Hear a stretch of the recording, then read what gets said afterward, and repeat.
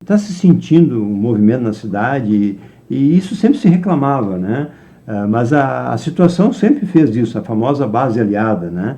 Que às vezes, na última eleição aqui, por exemplo, mesmo tendo uma majoritária base aliada, eu me lembro que dois vereadores não tinham cargos na prefeitura, eram independentes, mas continuavam na base aliada, né? Então, essa base aliada, assim, para a oposição sempre é um problema, né? Porque não consegue, né, aprovar alguns projetos que gostaria e tal. Mas esse problema o cara é bem eleito e daí vai para a secretaria.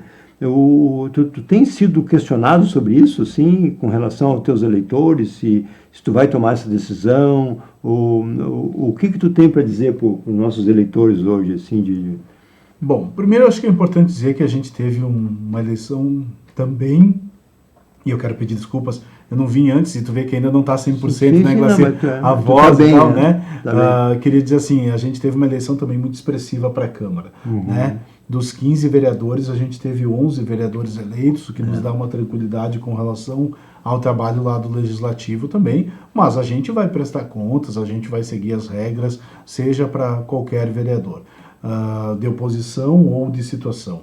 E isso eu acho que foi uma coisa que o prefeito Feltrin também me deu como tarefa nesse mandato que a gente vai encerrar em dezembro, que eu fui vereador, né, Glacir? Então eu sei como o vereador gosta de ser tratado, como gostaria. Eu fui de oposição, né? Fui vereador de oposição, não foi fácil, né? A maneira como foi tratado talvez não era das melhores, e a gente procurou sempre nesse mandato, assim, foi muito poucos projetos que foram com regime de urgência, a gente deu tempo para a Câmara discutir, acho que inclusive, talvez alguns exageros, né? Vou te dar um exemplo, Glacir, nos 8 anos lá de oposição, em que o MDB e o Progressistas, na época foi oposição, foram feitos 80 pedidos de informação, 10 por ano, um por mês, basicamente, né? Agora, neste mandato aqui, num ano teve mais de 100, né?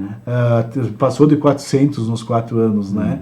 Ou seja, era 10 por mês, uma coisa assim, talvez até acima do que seria o ideal. Mas a gente sempre tratou todo mundo com respeito, mandou o projeto de lei para discutir, respondeu o que tinha dúvida, tratamos todos os vereadores com o respeito que eles merecem ter por serem representantes da população, né? E nesse sentido, Glacir, agora com relação à formação da equipe, o que a gente tem conversado? Primeiro que a gente vai começar a discutir a formação da equipe de governo a partir do dia 15 de novembro. Nós tomamos essa decisão e com uma certa tranquilidade, porque você lembra que em 2020 a eleição foi dia 15 de novembro, né? Na época a gente tinha 45 dias, na verdade, para formar tudo, né?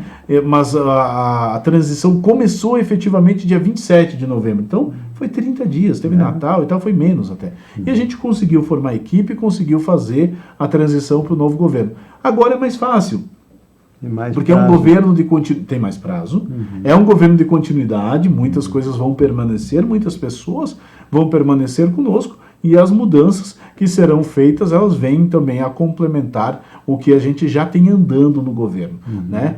Com relação à possibilidade dos secretários, né, ou no caso de vereadores e secretários, eu diria assim, não há uma garantia de que vai ter algum vereador eleito que seja secretário e não há nenhuma vedação, né? Até porque, Glacir, eu vou dizer o seguinte, você me falou se está ouvindo da população, algumas pessoas comentam isso, mas se nós formos pegar historicamente, né, o que acontece? O vereador se elege e daí vira secretário, na outra eleição ele é candidato a vereador de novo. O que acontece? Normalmente a votação dele aumenta, né? Pode pegar muitos casos que eu poderia citar de vereadores que vão para o executivo, fazem um trabalho e depois são candidatos de novo e aumenta. Ou seja, a população aprova isso, né? E muitas vezes, Glacir, a população ainda não tem bem certo a diferença do trabalho do executivo e do legislativo, né? E cobra até do vereador ou do candidato que ele faça coisas que não é do seu...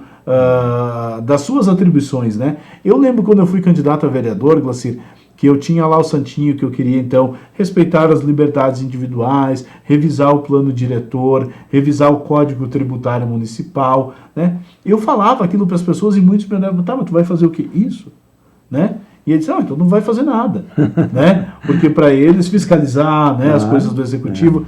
para a população em geral, o trabalho do vereador não é muito importante, né? Porque ele não é executar. Né? E as pessoas enxergam assim. Aí chegava o candidato depois, ele dizia, eu vou fazer um posto de saúde no bairro. O candidato a vereador, não podia. Né? Mas era muitas vezes até desleal concorrer dessa forma. Hoje eu acredito que o eleitor já tem um pouco mais dessa percepção da diferença que tem entre o executivo e o legislativo. Mas como eu te disse, não há nenhuma vedação, a gente não tem ainda nomes, pode ser que tenha alguns dos vereadores eleitos que participem, que foram aprovados pela população, e como eu disse, historicamente pode até haver alguma oposição de uma parte dos eleitores, mas normalmente o vereador que ocupa um cargo no executivo faz um bom trabalho e concorre de novo na outra eleição, até mesmo ele sobe de votação. E se nós formos pegar, Glacir, né, os eleitos, vamos imaginar ali, só para pegar os do MDB, por exemplo, né, a gente tem ali o vereador Jorge, que atuou no executivo, o vereador Argídio, que atuou no executivo como secretário de obras, o vereador Matheus, que atuou com a gente lá no gabinete, o vereador Silo, que atuou com a gente no esporte, o vereador Joel, né, que atuou conosco no departamento de trânsito. Então, veja, todos vieram reconhecidos pelo trabalho que fizeram no executivo municipal. Então, acho que com bom senso, com equilíbrio, a gente vai com calma fazer a montagem dessa equipe. Muito bem, Jonas. Por hoje, ultrapassamos um pouco o tempo, mas assim, ó, é necessário essas primeiras, né? Isso. E a casa está à disposição para nós continuar nesse bate-papo, porque são 55 mil seguidores, né? E realmente uma audiência muito boa em função dos 18 anos que o pessoal costuma ver. Você me falava em off ali que a sua mãe era uma que acompanha a TV, né? Acompanha. Com certeza é uma tradição, né? Hoje atingimos só 40 mil pessoas na cidade, né?